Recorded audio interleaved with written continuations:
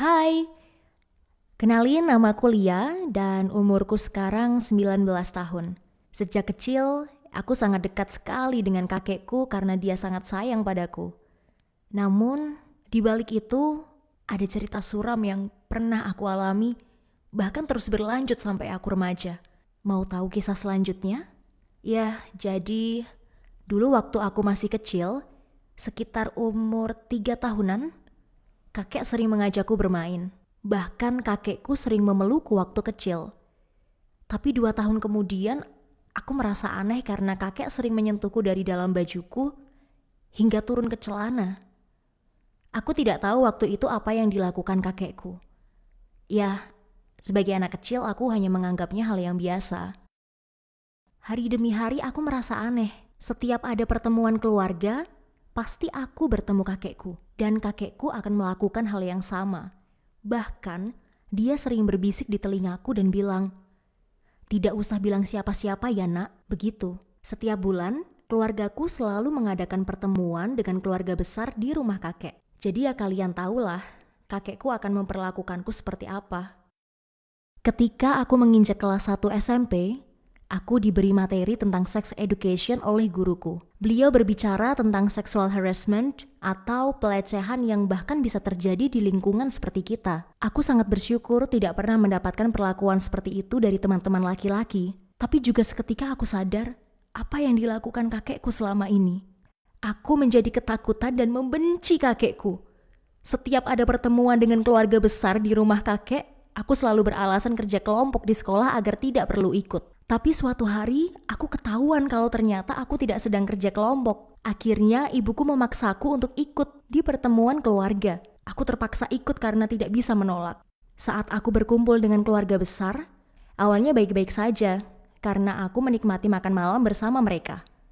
Tapi, saat aku akan mencuci piring ke belakang, kakek memanggilku dan kalian pasti sudah bisa menebak lah apa yang akan terjadi. Kakekku memelukku dari belakang, bahkan menyentuh dadaku. Aku panik dan langsung lari mendorong kakekku ke belakang sambil menangis. Kakekku terjatuh, tapi aku tidak peduli. Aku bahkan memecahkan piring yang hendak aku cuci karena aku lempar saat aku lari. Aku sembunyi di belakang rumah dan ibuku mengetahuinya. Ibuku bertanya, "Ada apa kamu kok menangis di sini?" Aku tidak bisa merangkai kata-kata lagi. Aku tidak kuat untuk bicara. Dan ibuku tetap tidak paham kenapa aku menangis. Ibu meninggalkanku sendirian. Setelah pulang dari rumah kakek, akhirnya aku baru berani bilang ke ibuku apa yang terjadi sebenarnya. Ibuku marah dan murka sekali dengan kakekku. Namun, hari demi hari, ibuku seperti diam saja tidak ada tindakan untuk kakekku. Malah sepertinya ibu lupa karena ibu malah mau mengajakku berkunjung ke rumah kakek lagi. Ibuku terlalu sibuk bekerja sampai lupa dengan masalah yang sedang aku alami. Dengan tegas aku menolak diajak ke rumah kakek. Aku sengaja menelpon teman-temanku agar datang ke rumah supaya aku punya alasan. Malam harinya aku sangat frustasi. Aku tidak bisa bertahan dengan keadaan seperti ini terus. Aku kehilangan akal sehatku. Sampai aku melukai diriku sendiri dengan sayatan-sayatan kecil di tangan kanan dan kiriku. Ketika aku di sekolah, teman-temanku curiga karena aku memakai seragam serba tertutup dan tidak mau melepas jaketku. Padahal aku berusaha menutupi luka yang ada di tanganku ini. Tapi teman-temanku tetap saja penasaran. Sampai ada salah satu temanku yang berani membuka lengan jaketku. Lalu aku menangis dan cerita kepada mereka kalau aku baru saja menyayat tanganku sendiri. Akhirnya mereka membawaku pergi ke psikiater. Aku berobat ke psikiater dan menceritakan semua masalahku. Aku divonis mengalami depresi berat. Psikiater itu kemudian menelpon ibuku dan menyuruh ibuku datang ke tempatnya. Ibuku langsung terkejut dan menangis. Ibuku menyesal karena selama ini dia cuek denganku dan tidak melindungi aku. Ibuku meminta maaf kepadaku dan berjanji untuk tidak mempertemukanku dengan kakekku lagi. Keesokan harinya keluargaku panik karena kakekku tiba-tiba sakit dan harus dirawat di rumah sakit.